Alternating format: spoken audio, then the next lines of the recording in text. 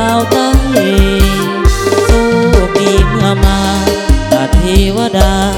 สารวันคงเสยโดนมินมันตัดหลักเก่ากระเดาทึกหลักไม้สม4,000 บง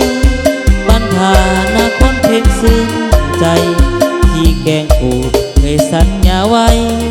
จะหวนมาใหม่สาวเมืองวาปีไปเมืองเหล่างามยามทำเก้าและผู้ตาเขาเลือบตามป่าเขาย่างเข้าใกล้เสียงเม่นงวงเม่นอีเลียบตามสายทางสาวเหล่างามเก็บมากาเฟ่พันดีก่อนหลับลาลิมอนวนวีก็อยากจากนี้สาวเมืองตุ่มลาโมงขึ้นผู้ดอยเมืองตะโอยทางประวัติศาสตร์ทางปิดลับสองสาลาวเวียดนามป้อมสู่หบอาจหารมีซากรถถัง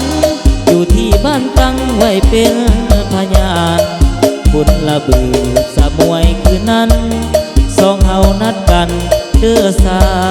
ลาวา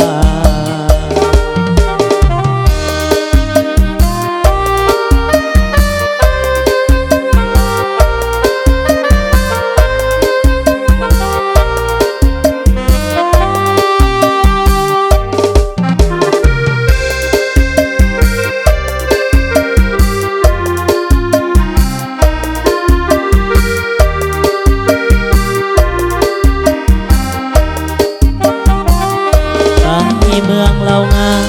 ยามทำเก้าและผู้ตาเขาเรียบตามป่าเขาย่างเข้าใกล้เสียงเม่นงวงเม่นงีเรียบตามสายทาง